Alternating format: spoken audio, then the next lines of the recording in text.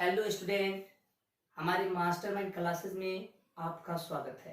तो आज हम पढ़ेंगे एनसीईआरटी मैथ 9th चैप्टर 1 संख्या पद्धति नंबर सिस्टम।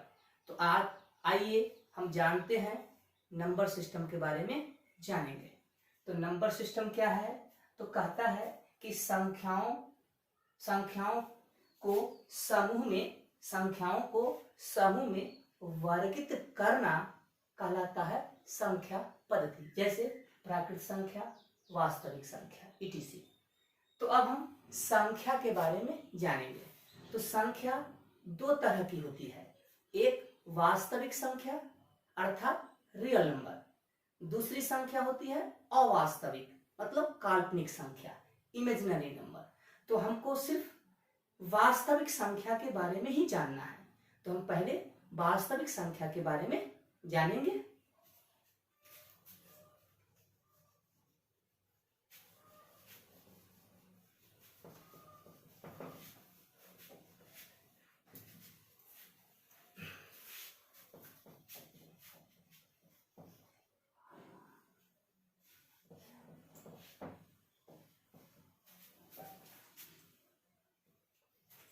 तो सबसे पहले हम वास्तविक संख्या हम पढ़ेंगे। वास्तविक संख्याएं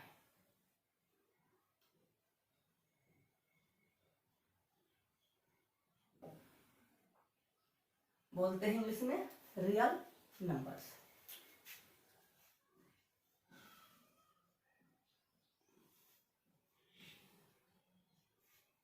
तो वास्तविक संख्या को हम दो भागों में बांटते हैं।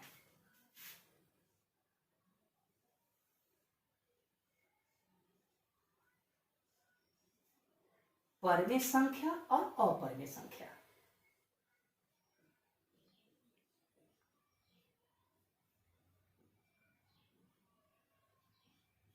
और अपरमेय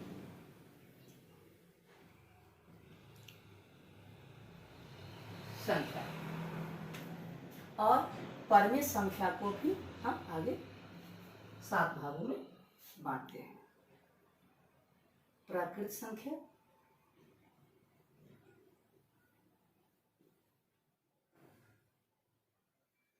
पूर्ण संख्या,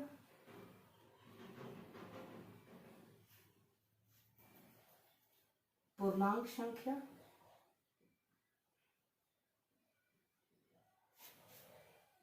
सम संख्या,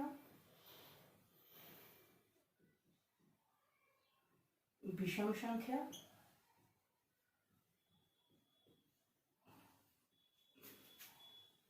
भाज्य संख्या,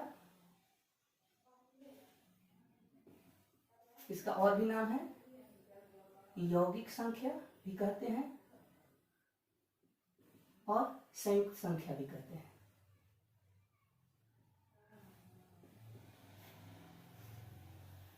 आभाज्य संख्या, इसको रूढ़ संख्या भी कहते हैं। तो वास्तविक संख्या को हम दो भागों में बांटते हैं। बांटने का क्या उद्देश्य है कि वास्तविक संख्या इतनी है कि इसको हम लोग एक बार में अध्ययन नहीं कर सकते हैं, इसलिए हम वास्तविक संख्या को दो भागों में बांटते हैं, परमेय संख्या और अपरमेय संख्या। फिर आगे चल के हमने क्या देखा कि परमेय संख्या को भी हम आसानी से एक बार में अध्ययन नहीं कर सकते हैं, इसलिए परमेय संख्या को हम 7 भागों में बांटते हैं। प्राकृत संख्या, पूर्ण संख्या, पूर्णांक संख्या, सम संख्या, विषम संख्या, भाज्य संख्या और अभाज्य संख्या। अब हम वास्तविक संख्या के बारे में हम पढ़ेंगे। तो वास्तविक संख्या कहता है कि आप जो भी संख्या लिखते हैं, पढ़ते हैं, बोलते हैं, कहीं पर लिखा दिखता है, वह सभी संख्या वास्तविक है। जैसे ये सब सारी संख्या वास्तविक है। तो हम सबसे पहले हम नीचे से पढ़ेंगे प्राकृत संख्या, पूर्ण संख्या, पूर्णांक संख्या, सम संख्या, विषम संख्या, भाज्य, अभाज्य, परमेय संख्या, अपरमेय संख्या, तब हम वास्तविक संख्या पढ़ेंगे। अगर वास्तविक संख्या का परिभाषा जानना चाहते हैं तो कहता है कि परमेय संख्या और अपरमेय संख्या के परिवार को मिलाने से जो संख्या का परिवार बनता है उसे हम वास्तविक संख्या कहते हैं। तो सबसे पहले हम प्राकृत संख्या के बारे में हम पढ़ेंगे, इसको नोट डाउन कर लीजिए।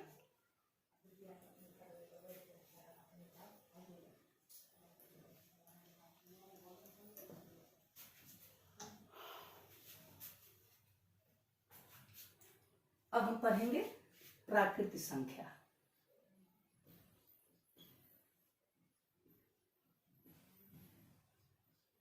नेचुरल नंबर,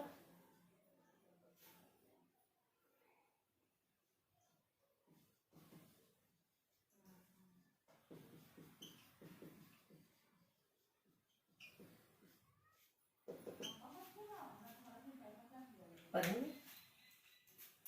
कहता है गिनती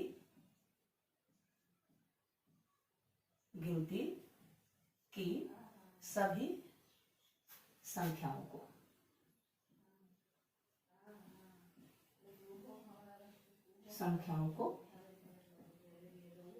प्राकृत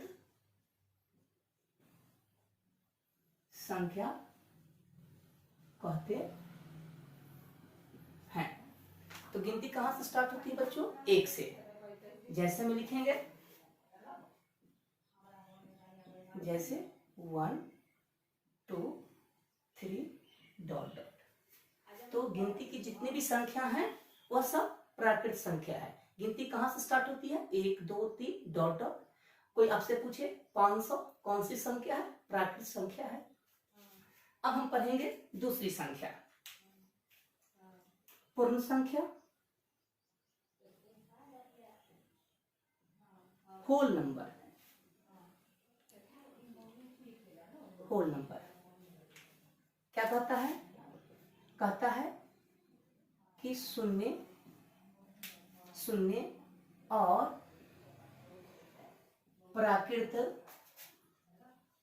प्राकृत संख्या के परिवार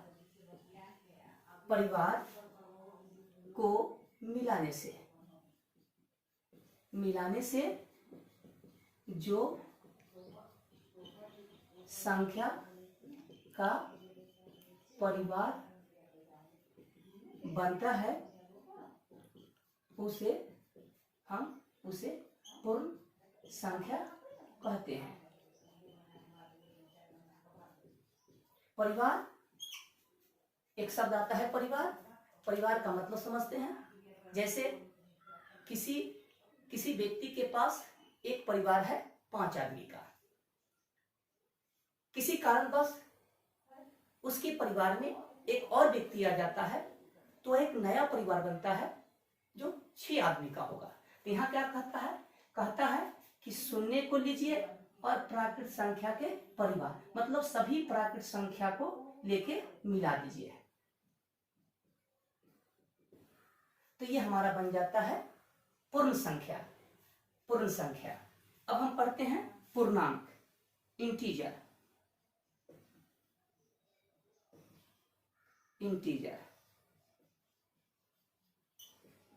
नंबर। इसको देखेंगे, क्या कहता है? कहता है कि शून्य और प्राकृत संख्या के धनात्मक और प्राकृत संख्या के ऋणात्मक को मिलाने से जो संख्या का परिवार बनता है उसे पूर्णांक या पूर्णांक संख्या कहते हैं। अब देखेंगे इसमें क्या क्या बोल रहा है। बोला कि शून्य को लीजिए, शून्य को लिया। प्राकृत संख्या का धनात्मक का मतलब होता है प्राकृत संख्या ही होता है। और फिर बोल रहा है कि प्राकृत संख्या के ऋणात्मक। तो जब हम प्राकृत संख्या में हम माइनस का चिन्ह लगा देते हैं तो ये बन जाता है प्राकृत संख्या का ऋणात्मक। तो ये हमारा कहलाता है पूर्णांक संख्या। अर्थात पूर्णांक संख्या 0 से प्लस की ओर गिनती करेंगे और 0 से माइनस की ओर। इसको नोट डाउन कर लीजिए। अब अगली संख्या पढ़ते हैं।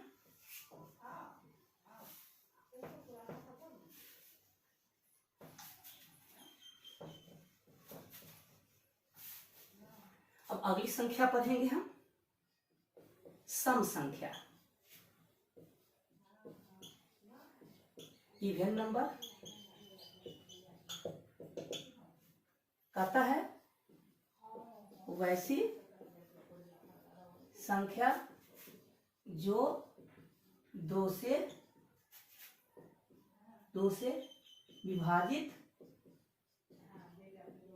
विभाजित होता है उसे सम संख्या कहते हैं, इवन नंबर। जैसे 2, 4, 6, 8 ... जीरो भी सम संख्या है, -2, -4, -6 ये भी सम संख्या है। अब हम पढ़ते हैं विषम संख्या।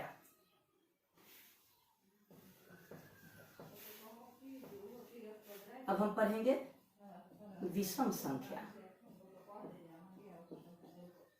Odd number.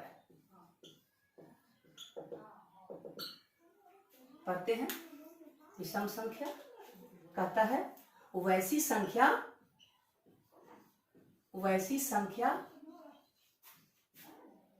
जो 2 से विभाजित न हो उसे विषम संख्या कहते हैं। जैसे 1, 3, 5, 7 ... सबसे छोटी विषम संख्या 1, सबसे छोटी प्राकृत संख्या 1, सबसे छोटी पूर्ण संख्या 0। अब हम पढ़ेंगे आगे, इसको नोट डाउन कर लीजिए। अब पढ़ते हैं भाज्य संख्या।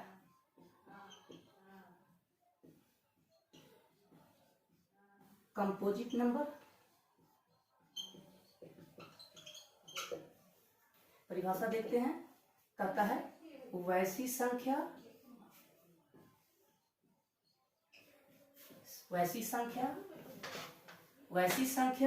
जो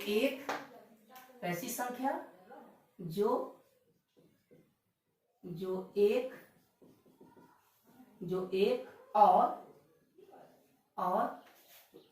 स्वयं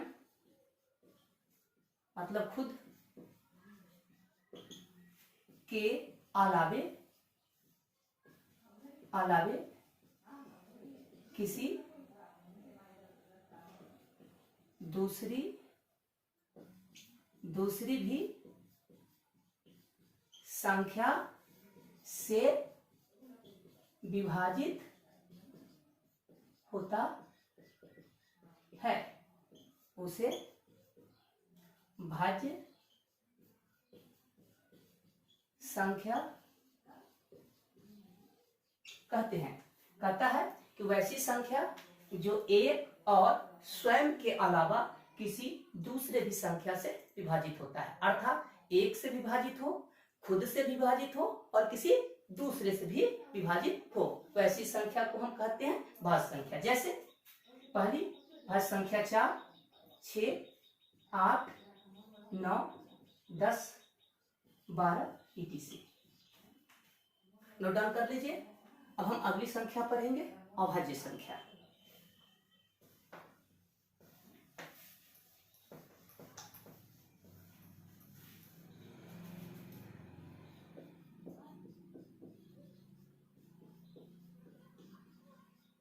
प्राइम नंबर लिखते हैं वैसी वैसी संख्या जो एक और स्वयं से विभाजित होता है उसे अभाज्य संख्या कहते हैं। कहता है कि वैसी संख्या जो एक से विभाजित हो और खुद से विभाजित हो, वैसी संख्या को हम अभाज्य संख्या कहते हैं। सबसे छोटी अभाज्य संख्या 2 है। जैसे 2 देखिए एक से विभाजित होता है, खुद से विभाजित होता है। 3 को देखिए एक से विभाजित होता है, खुद से विभाजित होता है। 5 को देखिए एक से विभाजित होता है, खुद 5 से विभाजित होता है। 7 को देखिए एक से विभाजित होता है, खुद 7 से विभाजित होता है। etc। नोट डाउन कर लीजिए। अब हम पढ़ते हैं अगली संख्या पर में। अब हम पढ़ेंगे पर में संख्या।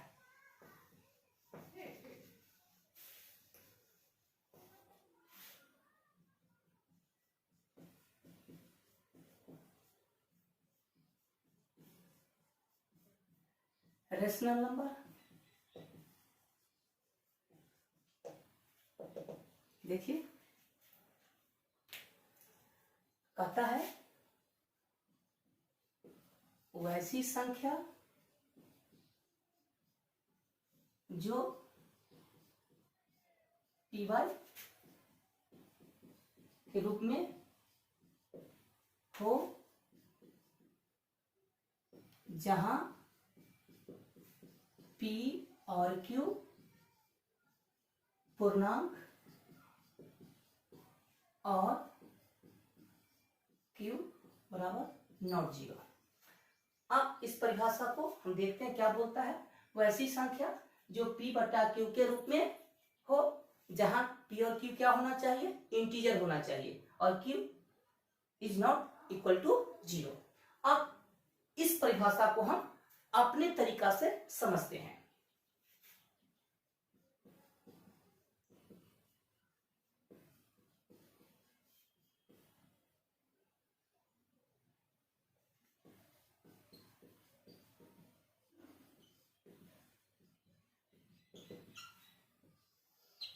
परिमेय संख्या होने की शर्त देखिए, इसके मीनिंग को समझिए। कहता है कि वैसी संख्या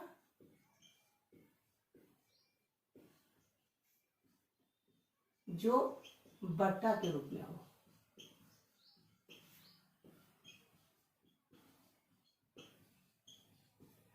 कोई भी संख्या अगर बट्टा के रूप में होगी, जैसे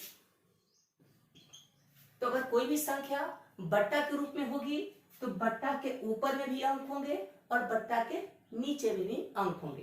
बट्टा के ऊपर वाले अंक को अंश न्यूमरेटर और बट्टा के नीचे वाले अंक को हर डिनोमिनेटर कहते हैं। तो अगर कोई भी संख्या बट्टा के रूप में होंगे तो बट्टा के ऊपर में भी अंक होंगे और बट्टा के नीचे भी अंक भी होंगे। बट्टा के रूप में हो और बट्टा के ऊपर वाला अंक और बट्टा के नीचे वाला अंक पूर्ण संख्या हो। अब हम पूर्ण संख्या पढ़ा, देखिए पूर्ण संख्या को लिखते हैं।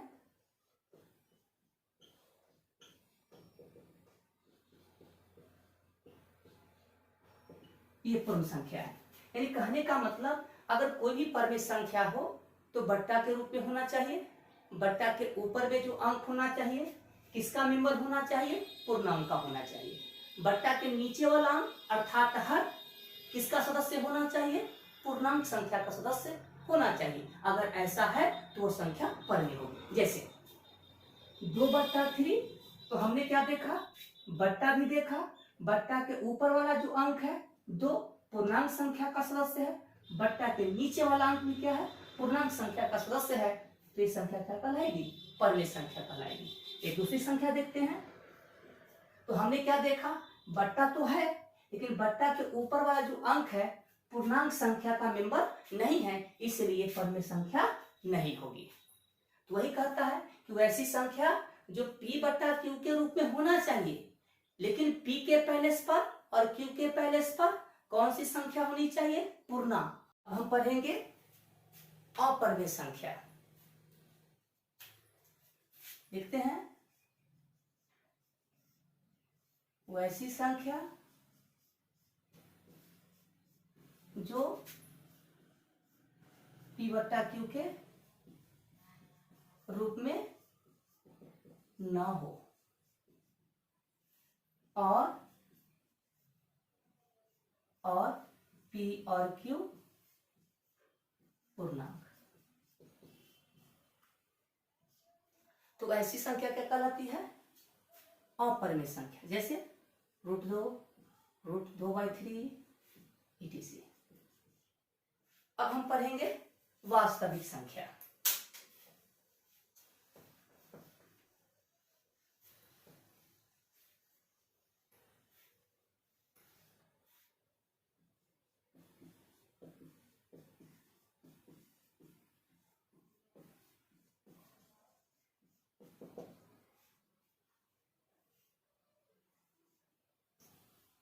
परिमेय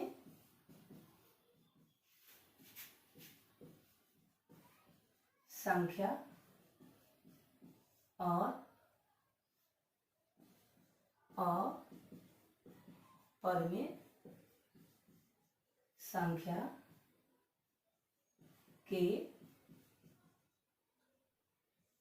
परिवार को मिलाने से जो संख्या का परिवार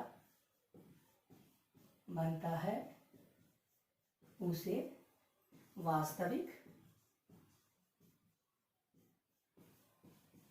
संख्या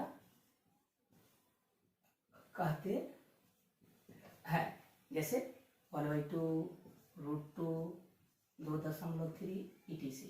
ये सब परिमेय संख्या है। अब हम कुछ क्वेश्चंस करेंगे इस पर।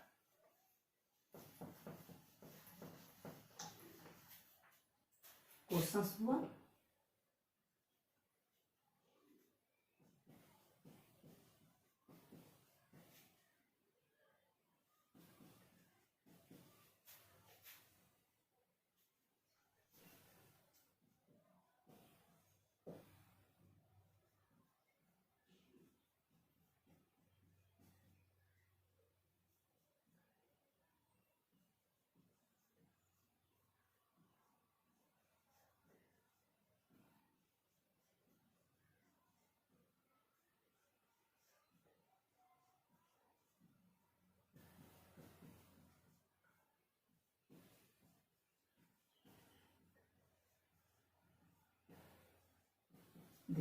क्या बोल रहा है कि नीचे दिए गए कथन सत्य है या असत्य है, कारण सहित उत्तर दे।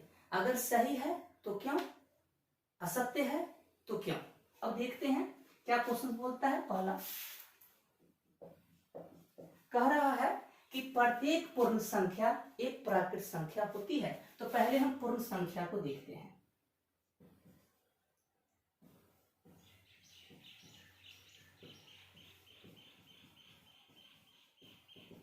प्राकृत संख्या को देखते हैं।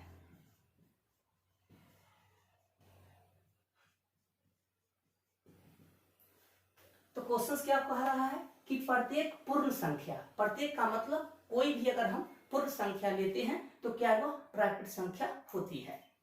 तो हम क्या पाते हैं कि 0 पूर्ण संख्या तो है लेकिन प्राकृत संख्या का सदस्य नहीं है, इसलिए कथन गलत है। तो आंसर क्या होगा? असत्य है।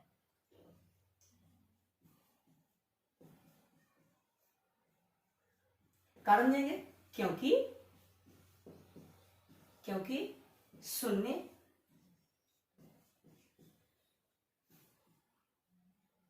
एक पूर्ण संख्या है लेकिन प्राकृत संख्या नहीं। ये हमारा आंसर हो गया। क्वेश्चन 2 को समझते हैं। कहता है कि प्रत्येक पूर्णांक, अब देखिए पूर्णांक आपने पढ़ा,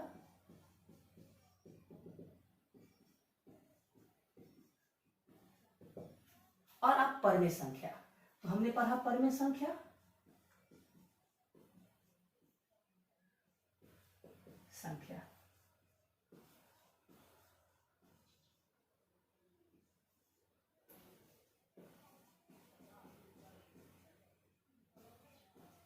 देखिए हमने क्या काम किया था कि परमेय संख्या को 7 भाग में बांटा था। क्यों? क्योंकि हम एक बार में परमेय संख्या को नहीं पढ़ सकते हैं, इसलिए हमने क्या काम किया था कि परमेय संख्या को 7 भाग में बांटा था। अगर मान लीजिए कि आपके पास एक बोरी में चावल है, अगर इसको 7 बोरा में डालते हैं तो प्रत्येक बोरा में चावल होगा। तो इससे यह साबित होता है कि पूर्णांक संख्या भी क्या है? परमेय संख्या है, क्योंकि परमेय संख्या को ही हम 7 भागों में बांटा, तो पूर्णांक संख्या भी क्या है? परमेय है। आंसर क्या होगा? सत्य है, क्योंकि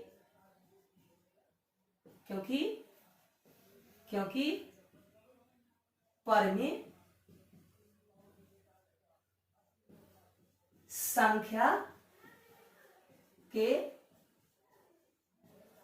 परिवार में प्राकृत संख्या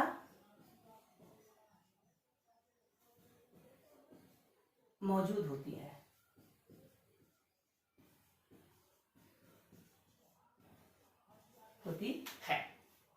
ऐसा नोट कर लीजिए। अगला क्वेश्चन देखते हैं, क्वेश्चन 3। अब क्या कहता है कि प्रत्येक परमेय संख्या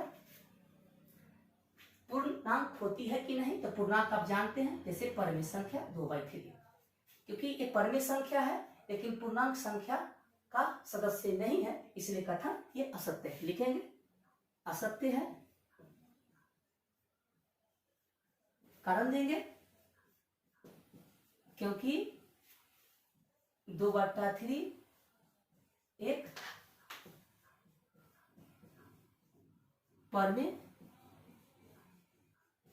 संख्या है लेकिन पूर्णांक नहीं। इसको नोट डाउन कर लीजिए और हमारे वीडियो को अंतिम तक जरूर देखिएगा। अच्छा लगा तो शेयर कीजिए, सब्सक्राइब कीजिए और अधिक से अधिक लाइक कीजिए।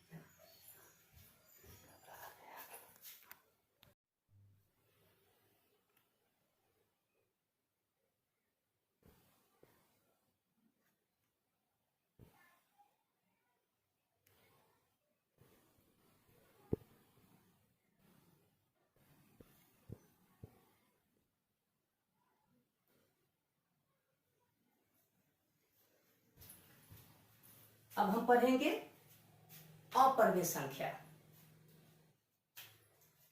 देखते हैं, वैसी संख्या जो P/Q के रूप में न हो और P और Q पूर्णांक,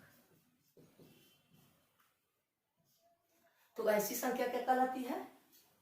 अपरमेय संख्या, जैसे √2, √2/3 etc। अब हम पढ़ेंगे वास्तविक संख्या।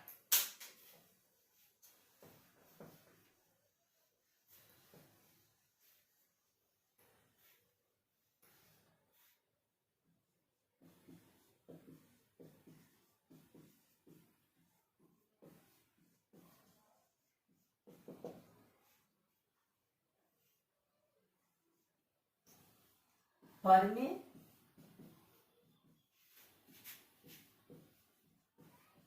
संख्या और पर में संख्या के परिवार को मिलाने से जो संख्या का परिवार बनता है उसे वास्तविक संख्या कहते हैं। जैसे 1/2, √2, 2.3 etc. ये सब पर में संख्या है। अब हम कुछ क्वेश्चंस करेंगे इस पर।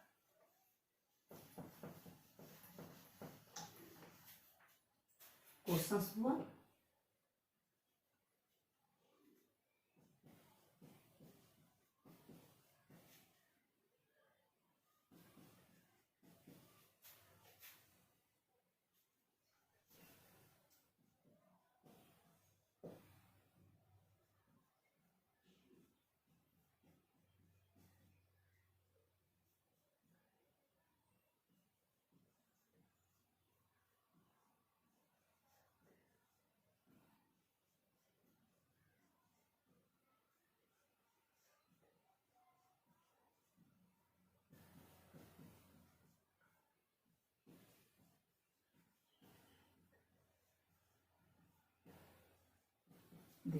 क्या बोल रहा है कि नीचे दिए गए कथन सत्य है या असत्य है, कारण सहित उत्तर दे। अगर सही है तो क्यों, असत्य है तो क्यों।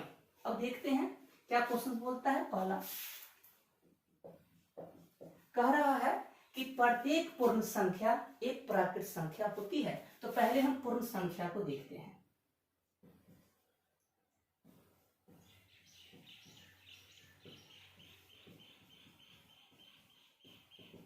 प्राकृत संख्या को देखते हैं।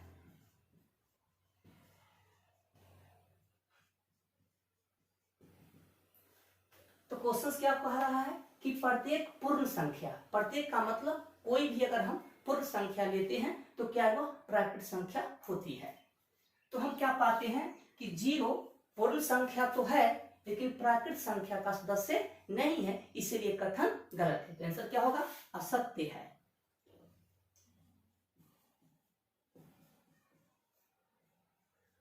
कारण देंगे क्योंकि 0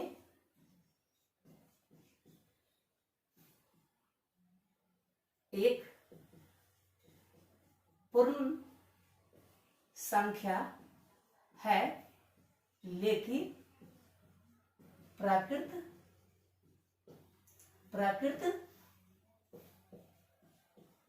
संख्या नहीं।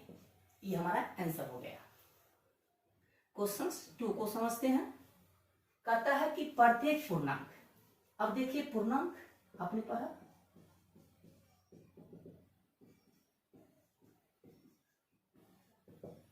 और अब परमेय संख्या, तो हमने पढ़ा परमेय संख्या,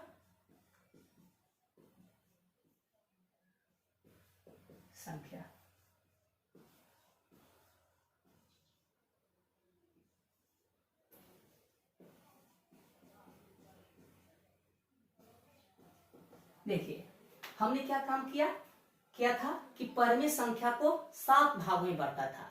क्यों, क्योंकि हम एक बार में परमेय संख्या को नहीं पढ़ सकते हैं, इसलिए हमने क्या काम किया था कि परमेय संख्या को 7 भाग में बांटा था।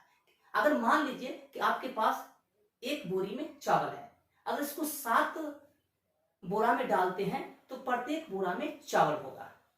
तो इससे यह साबित होता है कि पूर्णांक संख्या भी क्या है, परमेय संख्या है, क्योंकि परमेय संख्या को ही हम 7 भागों में बांटा, तो पूर्णांक संख्या भी क्या है, परमेय है। आंसर क्या होगा, सत्य है। क्योंकि क्योंकि परिमेय संख्या के परिवार में प्राकृत संख्या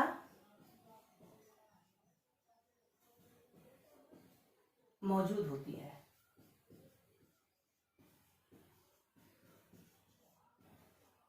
होती है, ऐसा नोट कर लीजिए। अगला क्वेश्चन देखते हैं, क्वेश्चन 3। अब क्या कहता है कि प्रत्येक परमेय संख्या पूर्णांक होती है कि नहीं। तो पूर्णांक आप जानते हैं, जैसे परमेय संख्या 2/3, क्योंकि ये परमेय संख्या है लेकिन पूर्णांक संख्या का सदस्य नहीं है, इसलिए कथन ये असत्य है। लिखेंगे असत्य है, कारण देंगे